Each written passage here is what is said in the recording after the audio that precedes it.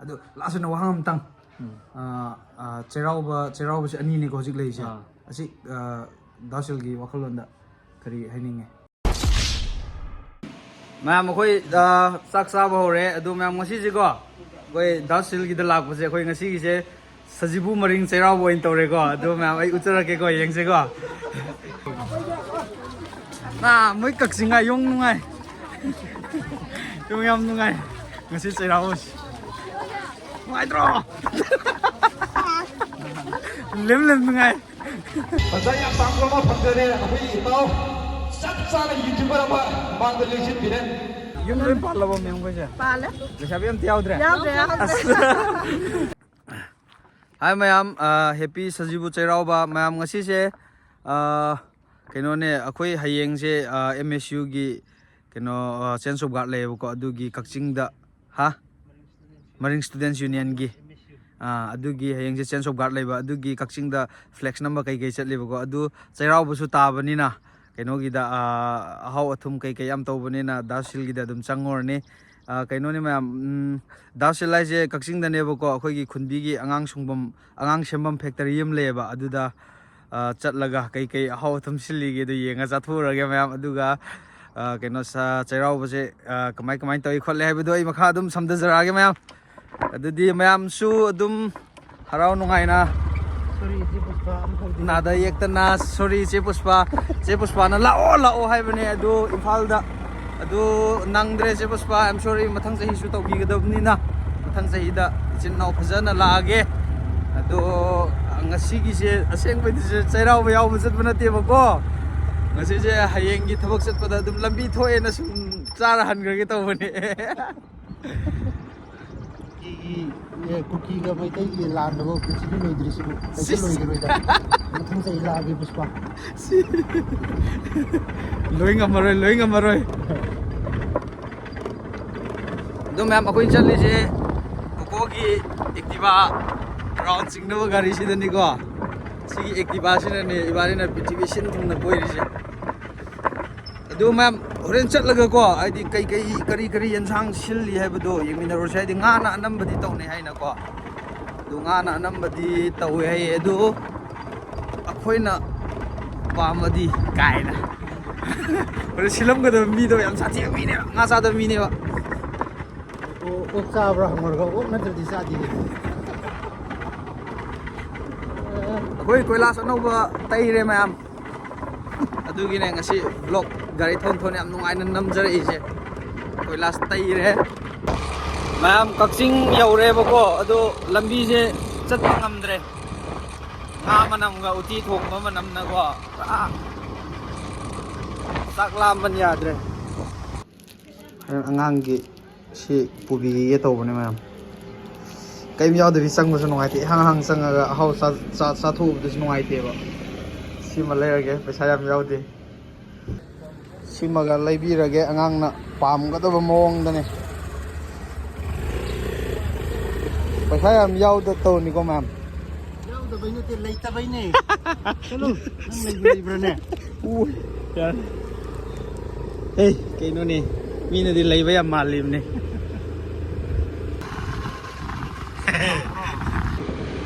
ma'am akoi ching da di ngasai pung nipan adai adum kaino Sunday natradi adum taret adai adum chanai taren khai adai adu hojikti pung 10 ta da ore saklam ban yadre bago adugi joy toro singa joy to bi tawra sigaino ro ising ro yu ro Dasiel, ising ro yu ro sibo si o mandro da lai joy toro tia che kaka ke num pigyo si piamo yo si pamdra saore ma saore endo si hogalam dri jo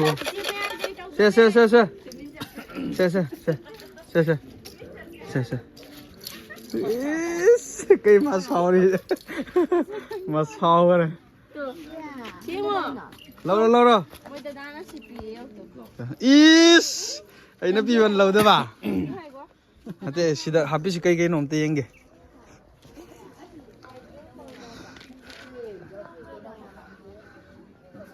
ꯃꯪꯒꯦ ꯌꯥꯎꯔꯦ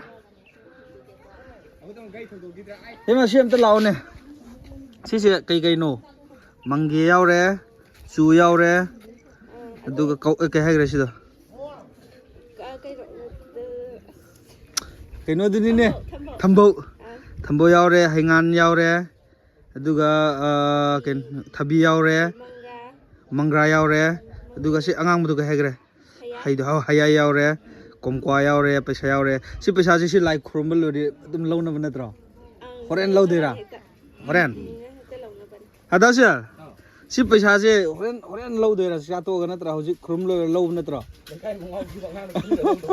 ꯑꯗꯨꯅꯦ ꯑꯩꯈꯣꯏꯁꯨ ꯈꯨꯜꯂꯦꯕ ꯍꯥꯟꯅ ꯑꯗꯨꯏꯅꯦꯕ ꯁꯤ ꯆꯦꯡꯍꯤ ꯀꯩ ꯇꯧꯕꯗ ꯍꯥꯞꯄꯗꯨ ꯅꯠꯇ꯭ꯔꯣ ꯆꯦꯡꯍꯤ ꯀꯩꯅꯣ ꯍꯥꯞꯄꯗꯀꯣ ꯑꯁ ꯈꯪꯗ꯭ꯔꯦ ꯃꯌꯥꯝ ꯌꯥꯝꯃꯦ ꯗꯨꯛ ꯀꯩꯒ ꯌꯥꯎꯔꯦ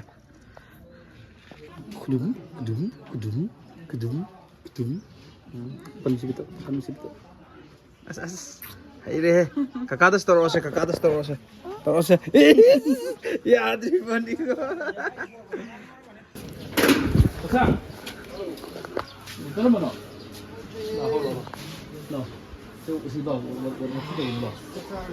어디 짝짝도 내가 그는 warm-up 그는 거 많이 했어 그거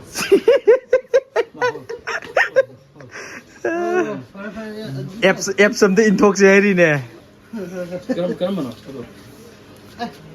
ꯐꯝꯖꯥꯅꯤꯗ 예 ꯂꯋꯥꯏꯅꯤ ꯆꯥꯛ ꯆꯥꯕ ꯀꯧꯅꯩ ꯃꯌꯥꯝ ꯑꯩꯈꯣꯏ ꯆꯥꯛ ꯆꯥꯕ ꯍꯧꯔꯦ ꯑꯗꯨ ꯃꯌꯥꯝ ꯉꯁꯤꯁꯦꯀꯣ ꯑꯩꯈꯣꯏ ꯗꯥꯁꯤꯜꯒꯤꯗ ꯂꯥꯛꯄꯁꯦ ꯑꯩꯈꯣꯏ ꯉꯁꯤꯒꯤꯁꯦ ꯁꯖꯤꯕꯨ ꯃꯔꯤꯡ ꯆꯩꯔꯥꯎꯕ ꯑꯣꯏꯅ ꯇꯧꯔꯦꯀꯣ ꯑꯗꯨ ꯃꯌꯥꯝ ꯑꯩ ꯎꯠꯆꯔꯛꯀꯦꯀꯣ ꯌꯦꯡꯁꯦꯀꯣ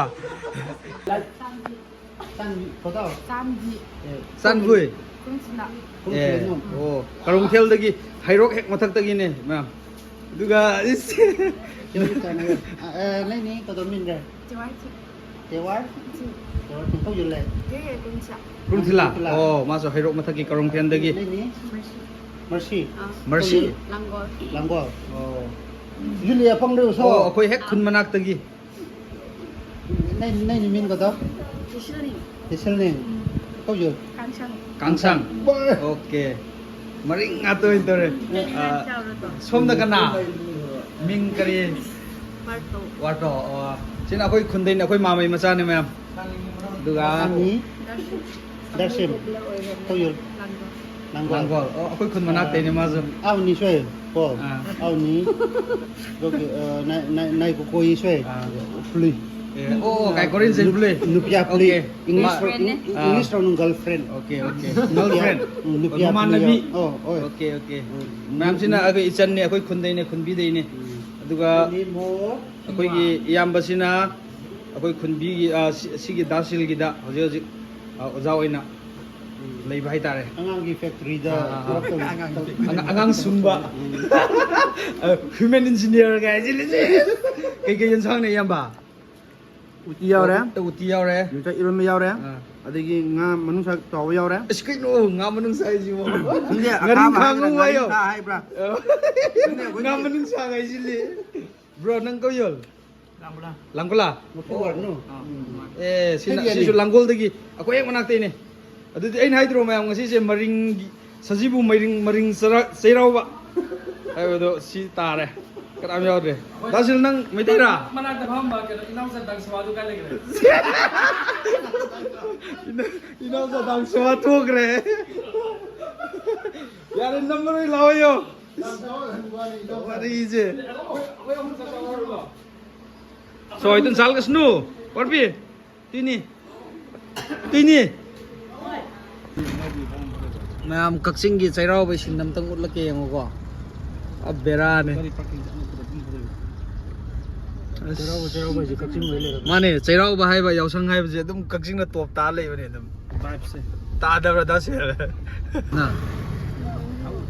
시대 탑입니다. 아손 너는 항대 배 아선나가 항저에 가야 되기네. 시대에 탑입니다. Ya. 시드 네버 더 각진 이제 Da kaksing dai jili. Asmi ko imai. Parking ji kai no. Hi. Ma'am sigi gari mayam sem te yone. Ado si te ba mamang da su gari am lai re ba ko.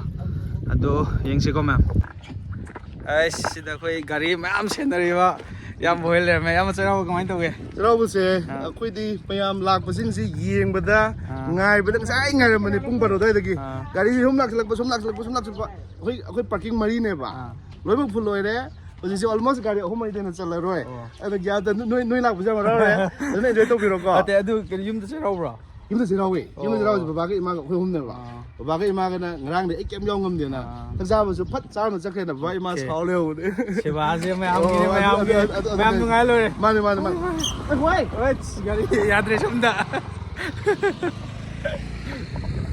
ꯂꯥꯛꯑꯣ ꯆꯠꯂꯨꯔꯦ ꯑꯗꯨꯗꯤ ꯃꯌꯥꯝ ꯌꯦꯡꯊꯣꯛꯎꯔꯁꯤꯀꯣ ꯃꯤ ꯐꯖꯅ ꯆꯤꯜꯂꯦ ꯍꯤꯠꯇ ꯑꯇꯤꯌꯥ ꯍꯥꯏ ꯇꯧꯔꯁꯦ ꯌꯦꯡꯉꯣ ꯍꯥꯏ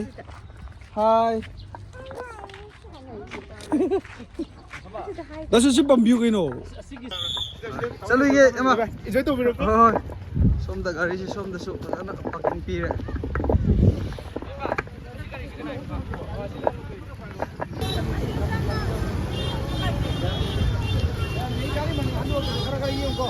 ꯑꯁꯤ ꯁꯥꯏꯠ ꯆꯨꯝꯅ ꯆꯠꯁꯤꯅ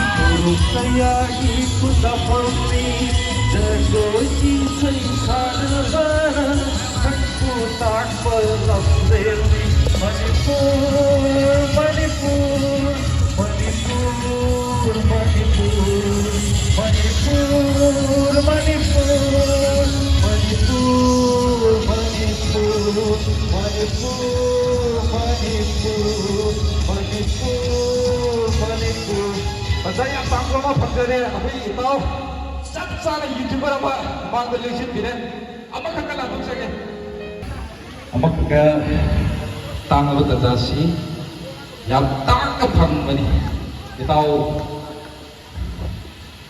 ꯃꯥꯡꯗ ꯎꯖꯔꯦ ꯃꯍꯥꯛꯇꯒꯤ ꯚꯤꯗꯤꯑꯣ ꯑꯞꯂꯣꯗ ꯇꯧꯔꯛꯄ ꯉꯥꯏꯕꯗ ꯂꯩꯖꯕ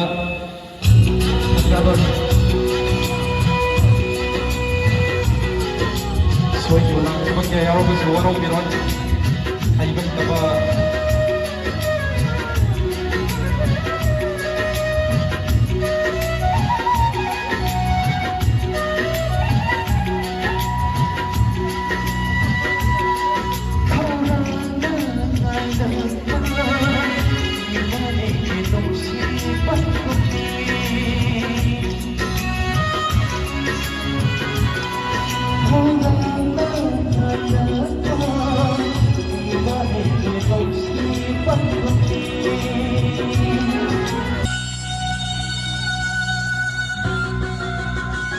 Thank you, Ito. Thank you.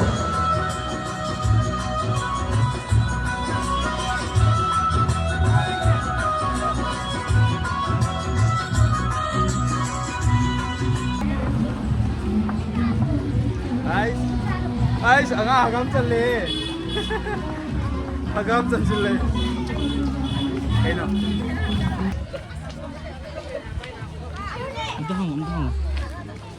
Hi, happy Zeraoba ma'am. Warim 사진은 야이나. 야다 bro. Sida video 다. As kaisu kai dida, ne jang wan ho nei dubo. Lo, sida. Awan ngai warim 사진 ki doroge. Lo.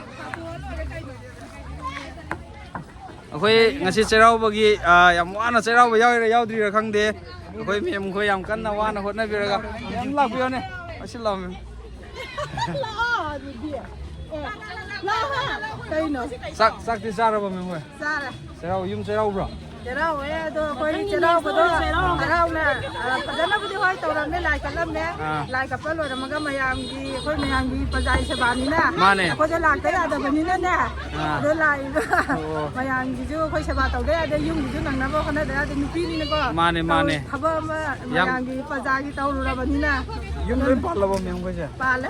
Sabi yung tiyawdre. Yawde. Yang wala man ay di may ang ginungay ra kando sa duty ka tawlay bese Nung ada si jo dum mayam di sabani na ko. Kasi kan de de dum nung ay ba ko enjoy din kana si. Okay, ado handaki Cheraw ba dane haidi aigi viewers mayam dasu duga Manipur gi praja mayam dasu miyang hoina pining ba wisam tang tawbiyon. Ako'y Manipur paja mayam sida. Ako'y paja mayam ju yam hantaki Iran kitang nem dara ko sida ko. Ako'y ju Cheraw ba nahan phangjada ba ju phangje mayang gi chaba ju to phangje mayam da happy Cheraw ba mayam pulat nungai mina je ano ba sa hila ko sida ko. Ko mayam puna nungai mina ba. Singtam mani ju hena mari session ba oirasnu ko. Oi singtam mani ju mari se sala janu khana ba sai na ba lai tana ingna chingna an sina na koi kai han santi por ko oira je. Okay. Thank you. Welcome. Thank you. Yang waram mani. Thank you. Ay, yung mga ka na rin. Hindi yung kang nani. Hi.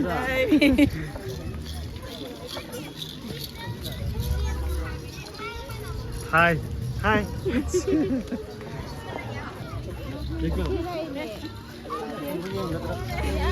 Happy Cheraw ba? Hi. Hi. Hi. Bro, kay dino. Kaksing khong nang marifang siska pa rin din. Oh, nang ming di. Ayan sana. Ahen sana. Oh, Oh, ngasi kain sang sa kay Cheraw ba gi? isang ro nga. Nga, oh. Ay di pura miramis na ado di sana. Sanga sa di ba? Oh, sana. Good job. Class ka tam gyud siya. Class 4. Class 4. Kab da ngari. Oh, nang si Chingkai si kyarak sure sina. Ang hosik amara hagda suri. Amar khata. Oh, Oh, nang loan si kidore. ay ro.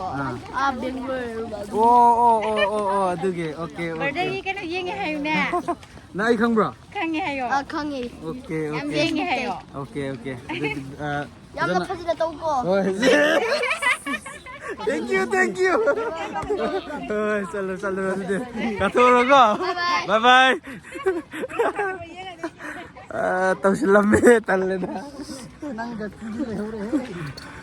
Ate na siya.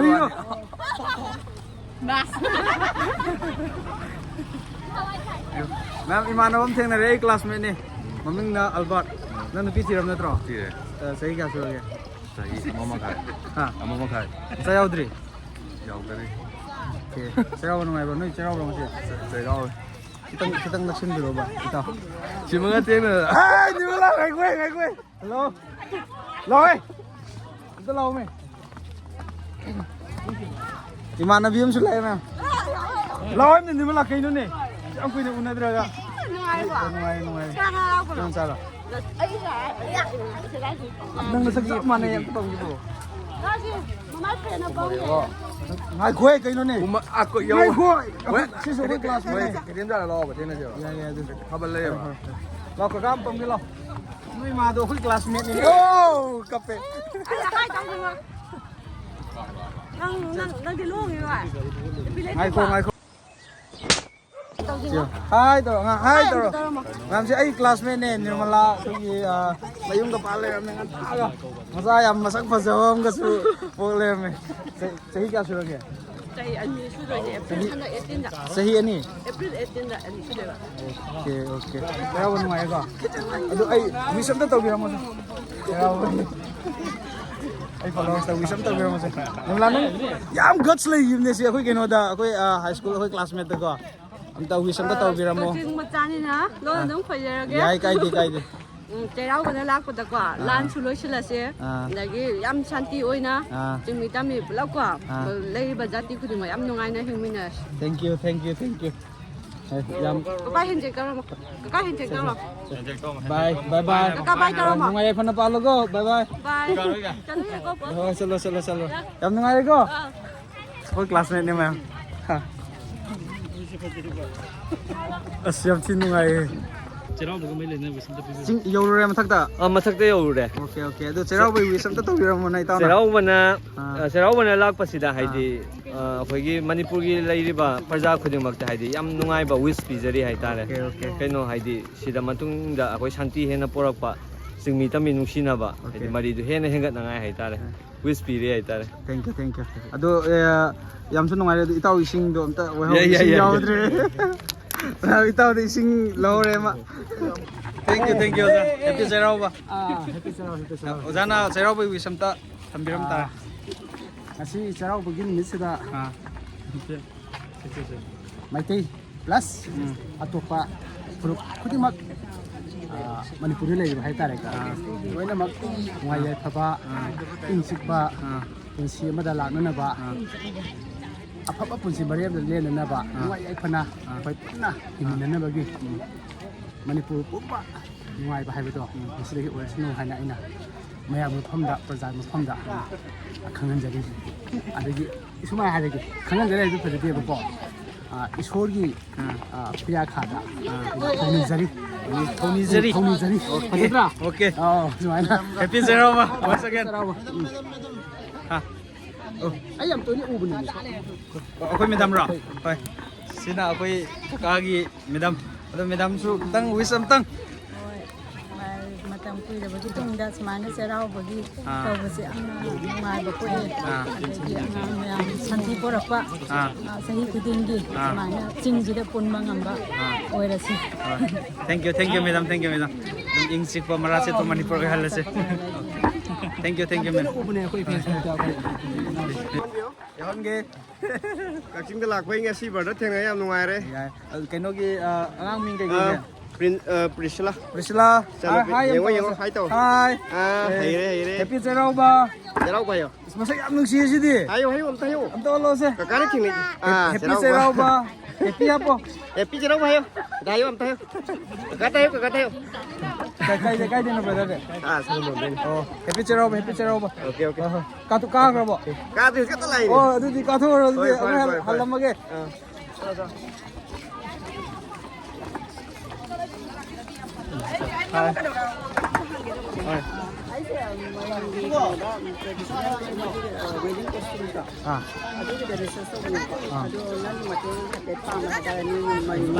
ꯌꯥꯏ number ꯑꯣꯏꯅ ꯂꯧꯅꯔꯁꯦ ꯃꯦꯝ ꯑꯗꯨꯗꯤ ꯃꯣꯏ ꯀꯛꯆꯤꯡꯒ ꯌꯣꯡ ꯅꯨꯡꯉꯥꯏ ꯌꯣꯡ ꯌꯥꯝ ꯅꯨꯡꯉꯥꯏ ꯉꯁꯤ ꯆꯩꯔꯥꯎꯕꯁꯤ ꯅꯨꯡꯉꯥꯏꯇ꯭ꯔꯣ ꯂꯦꯝ ꯅꯨꯡꯉꯥꯏ ꯑꯩꯈꯣꯏ ꯑꯇꯤꯌꯥ ꯑꯩꯈꯣꯏ ꯀꯧꯕ ꯁꯨꯡꯀꯨꯝ ꯈꯨꯝꯗ꯭ꯔꯤ ꯉꯁꯥꯏ ꯃꯤ ꯍꯥꯏ ꯇꯧꯔꯤꯗꯨ ꯎꯗ꯭ꯔꯥ ꯅꯃꯥꯟꯅꯕꯤꯅ ꯅꯃꯥꯟꯅꯕꯤ ꯍꯥꯏ ꯇꯧꯔꯤꯗꯨ ꯎꯗ꯭ꯔꯥꯕ ꯀꯥꯔꯨꯔꯣ ꯃꯃꯤꯡ ꯀꯥꯎꯈ꯭ꯔꯦ ꯑꯇꯤꯌꯥꯒꯤ ꯂꯩ ꯑꯃ ꯂꯩꯕꯤꯒꯦ ꯑꯗꯨ ꯂꯩꯗꯣ ꯀꯌꯥꯅꯣ ꯏꯃꯥ ꯁꯤꯅ ꯇꯔꯥ ꯁꯤꯅ ꯌꯥꯡꯈꯩ ꯁꯤꯅ ꯌꯥꯡꯈꯩ ꯁꯤꯅ ꯀꯨꯟꯊ꯭ꯔꯥ ꯇꯨ ꯁꯦ ꯌꯦꯁ ꯇꯥꯞꯒ ꯂꯩ ꯌꯥꯝ ꯐꯖꯔꯦ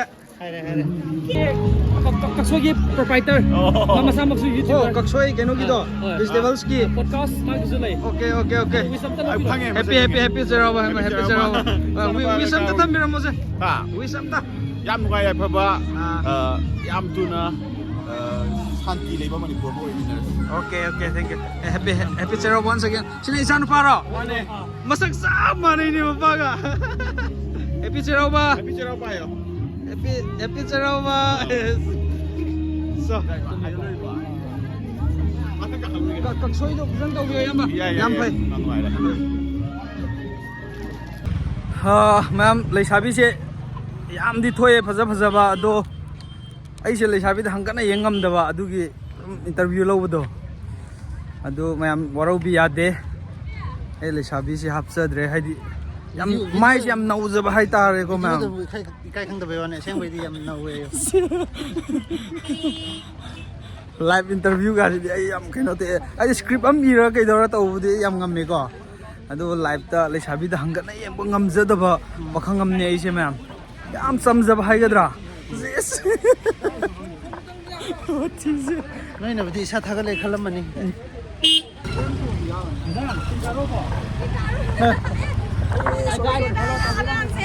Happy Cherawa. 네, 그노디. 안강 락드로. 안강 락드로. Happy house, happy Chairoba. Happy house ang dahil kita. Happy house na sudoy tawramne ba. Happy house ang lahu tu yang mai tu. Sorry. Oh, yum lay bro. Horen kaya na sang ni happy am thuna chango sa taw. horen chat lor ge. Sa law mai nak na le ne. Chairoba tu orang se. Kanai lai doi no. Lay ro yum dah han gani. Ado han ring ne chango. Oh, changam ge changam ge. Cici su thora pa ni cici su. Phone tawra ge. Nati cici ni udi. Moi Chairoba bro. Cici su lai ni ba. Chairoba bro. Thế đâu vấn đề bà, chị sẽ xuống đây vấn đề bà, tao mua đi tiết ta sẽ lên hả? Ima siyaw ini. Ima siyaw. Angang ko ngiti ugi ni ade ugi dre dum.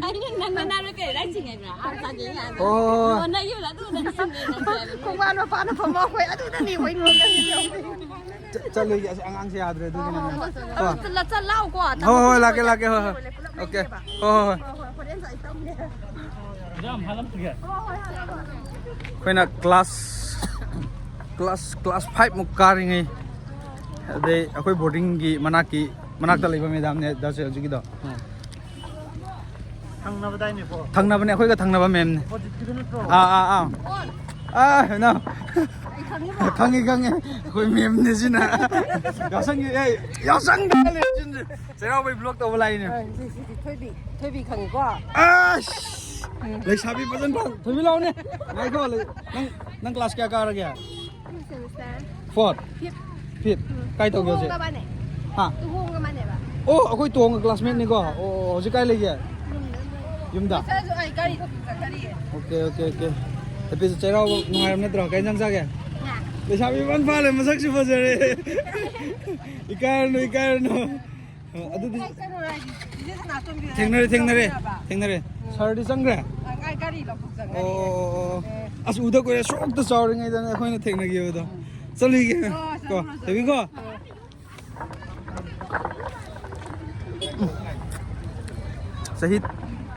Sahit tara muki sang unarudra ba matung da ko ma'am. Sahit tara unarudra matung da. Sanap tor ga ma'am.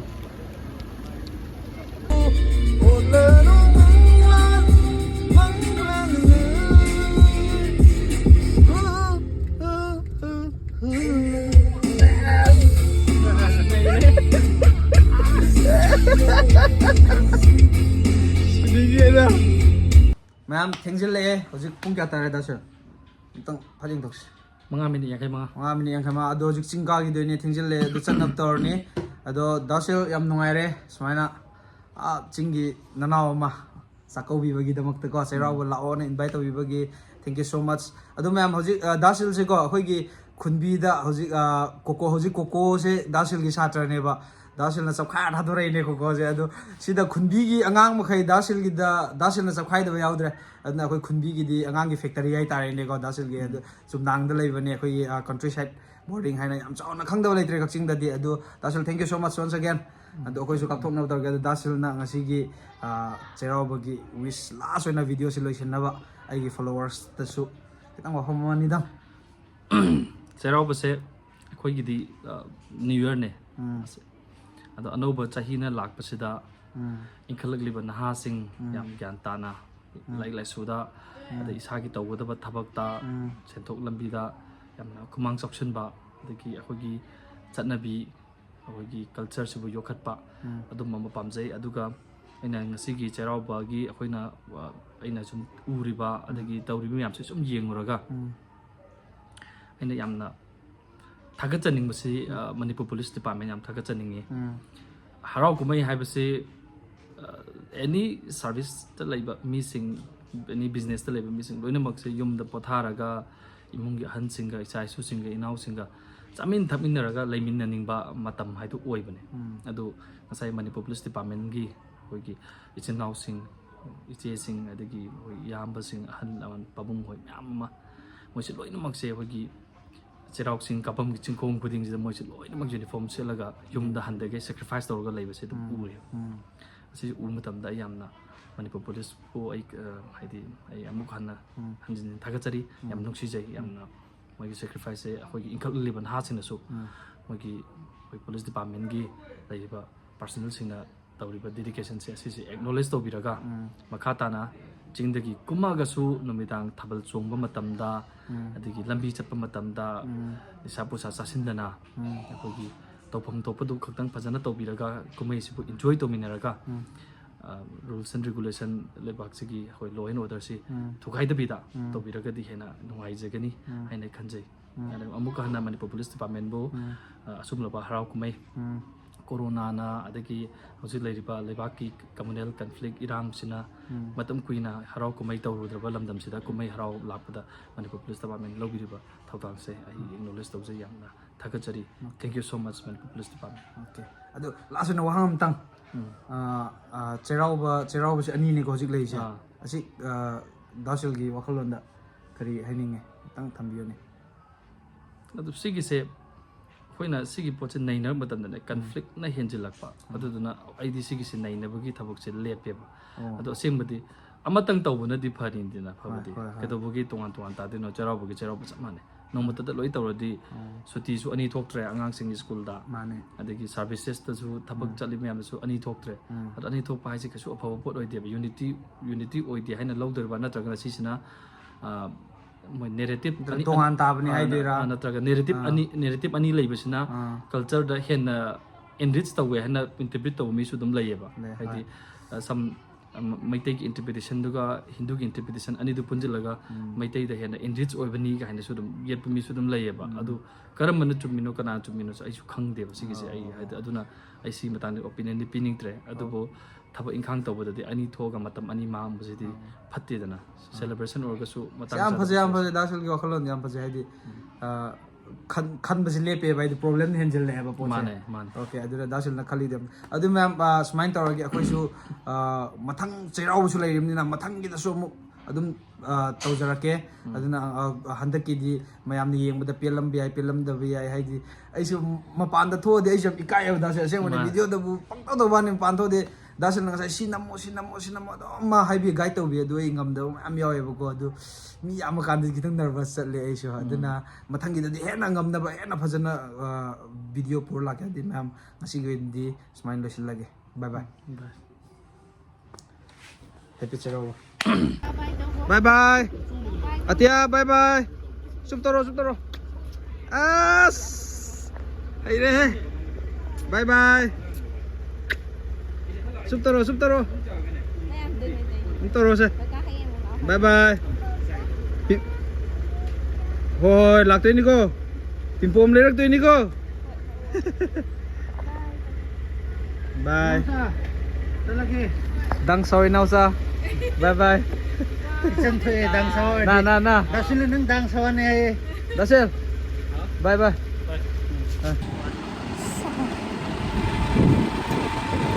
चले ma'am चले मथंग की सेराव बदा अमुक video पुर लाक्सरागे